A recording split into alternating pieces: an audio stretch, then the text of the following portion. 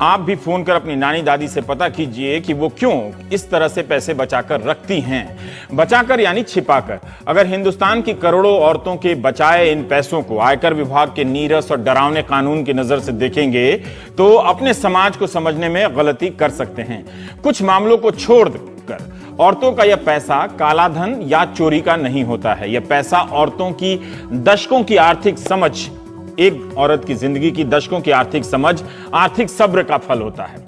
होता कम है मात्रा में, लेकिन आप प्लीज इसे चोरी का पैसा ना कहें। हमें आम औरतों के बचाए पैसे को काला धन स्टॉक रखने वालों के साथ मिक्स नहीं करना चाहिए। औरतें ये पैसा अपने लिए नहीं बचाती हैं, ना ही अपने ऊपर खर्च करती हैं। अपनी तमाम इच्छाओं को मारकर बचत की निरंतर साधना में लगी रहती हैं। यह पैसा औरतों की आर्थिक स्वतंत्रता का संबल होता है।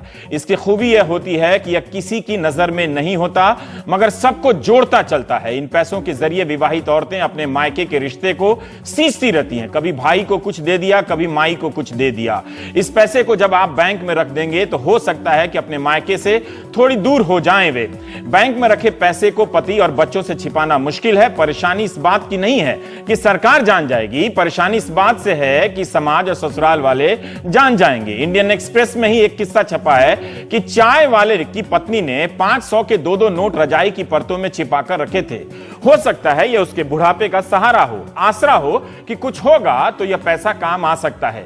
औरतों का यह पैसा मात्रा में कम होता है, मगर बैंक में रखे पैसे से ज्यादा सहारा देता है। जब यह पैसा बैंकों में जाएगा तो अर्थव्यवस्था को नया सहारा तो मिलेगा, लेकिन औरत विरोधी इस समाज में आंचल के कोने में छिपी उनकी आजादी का छोटा सा जरिया भी लेता चला जाएगा।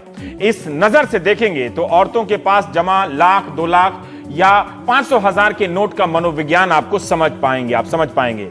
सदियों पुराना एक सिस्टम जा रहा है, उसके बारे में बात तो कर ही सकते हैं। इस छोटे से पैसे के बैंक में पहुंचने से औरतों की सामाजिक स्थिति पर क्या असर पड़ेगा? मेरी नजर में यह इतना बड़ा मसला है कि तमाम विश्वविद्यालयों के रिसर्चरों को सारा काम छोड़कर इस पर लग जाना चाहिए, क्योंकि अमीर से लेकर गरीब औरतों ने बचत के इस गुप्त तरीके को अपनाया है।